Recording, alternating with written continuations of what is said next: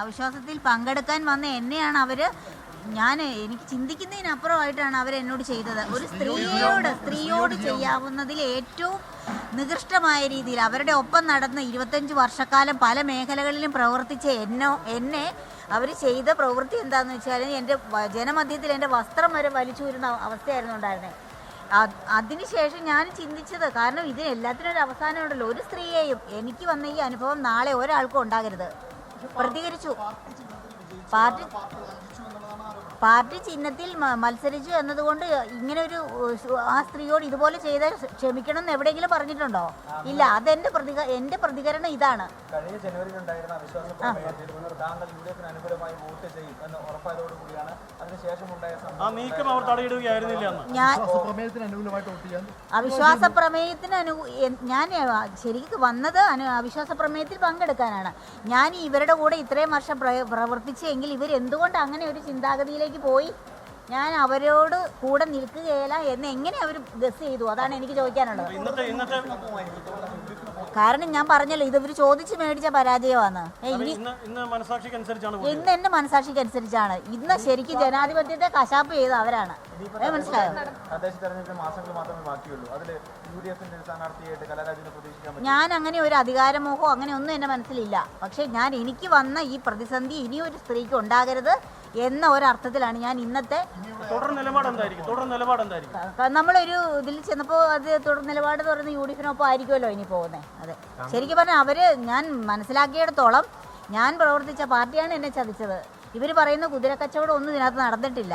സാധാരണഗതിയിൽ കുതിരക്കച്ചവടം എന്ന് പറയുമ്പം അഡ്വാൻസ് മേടിച്ചാണല്ലോ കുതിരക്കച്ചവടം നടത്തുന്നത്. ഞാൻ അന്ന് ഇവർ അപകീർത്തിപ്പെടുത്തി എൻ്റെ ബാഗ് സഹിതം ഇവർ തട്ടിപ്പറിച്ച് എടുത്തു. 1.5 മാസത്തിന് ശേഷമാണ് എൻ്റെ ബാഗ് എനിക്ക് തിരിച്ചു കിട്ടിയത്. അതിനകത്ത് എൻ്റെ ബാങ്ക് പാസ്ബുക്ക് ഉണ്ടായിരുന്നു. ഇവരിത് കൃത്യമായിട്ട് അത് ആക്കാൻ വേണ്ടിയിട്ട് ഇവർ ബാങ്കിൽ കൊണ്ടുപോയി അത് പതിപ്പിച്ചു. കാരണം ഞാൻ കുതിരക്കച്ചവടം നടത്തിയെന്ന് ഇവർക്ക് തെളിവ് വേണമല്ലോ. എന്നിട്ട് എവിടെ ഇവർ കൊണ്ടുവന്ന് തെളിവ് എവിടെ? പരിശോധിച്ചു. എന്നിട്ട് പണം സമ്പാദിച്ചിട്ടുണ്ട്. അതെ, അനധികൃതമായി ഞാൻ ബാങ്ക് രേഖകൾ അടക്കം ഉണ്ട് എന്റെ കയ്യിൽ. ഇപ്പോഴും ഇവർക്ക് പറയാനായി തെറിക്ക് ഉത്തരം മുട്ടുമ്പോ കൊഞ്ഞനം കുത്തുന്ന് നമ്മൾ കേട്ടിട്ടുണ്ടല്ലോ. അതാണ് ഇപ്പം നടന്നിരിക്കുന്ന. സത്യം പറഞ്ഞാൽ ഇവർക്ക് ചോദിക്കുന്നതിന് മറുപടി പറയാനില്ല. ഞാൻ അതിനെ അക്സെപ്റ്റ് ചെയ്യാൻ തയ്യാറാണ്. അതൊക്കെ അതിന്റെ വഴിക്ക് പോട്ടെ.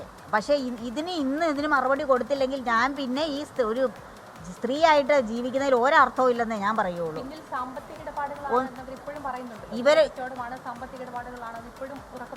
അതാണല്ലോ ഞാൻ പറഞ്ഞല്ലോ, ഞാൻ അതിന്റെ വ്യക്തത ഞാൻ തന്നല്ലോ.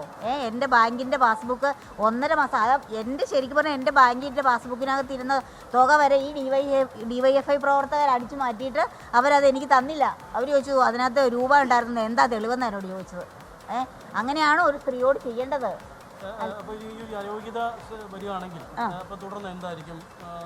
നമ്മളത് അതിനെന്താണോ നിന്റെ നിയമ നടപടികൾ അത് നേരിടാൻ ഞാൻ തയ്യാറാണ്.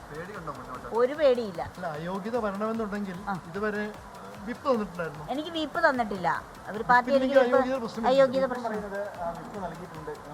വിപ്പ് തന്നിട്ട് ഞാനറിയാതെ എനിക്കറിയില്ല. എനിക്ക് വിപ്പ് അവർ തന്നിട്ടില്ല.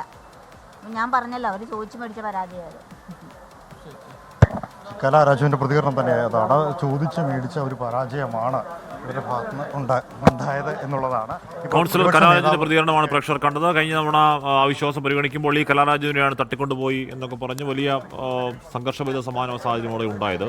ലോകത്തെവിടെയായാലും ഏത് സമയത്തും 24 വാർത്തകളും ഓഗ്മെന്റഡ് റിയാലിറ്റി പാക്കേജുകളും എക്സ്പ്ലെയിനറുകളും വിശദമായി കാണാൻ ഞങ്ങളുടെ യൂട്യൂബ് ചാനൽ നിങ്ങൾക്ക് സബ്സ്ക്രൈബ് ചെയ്യാം.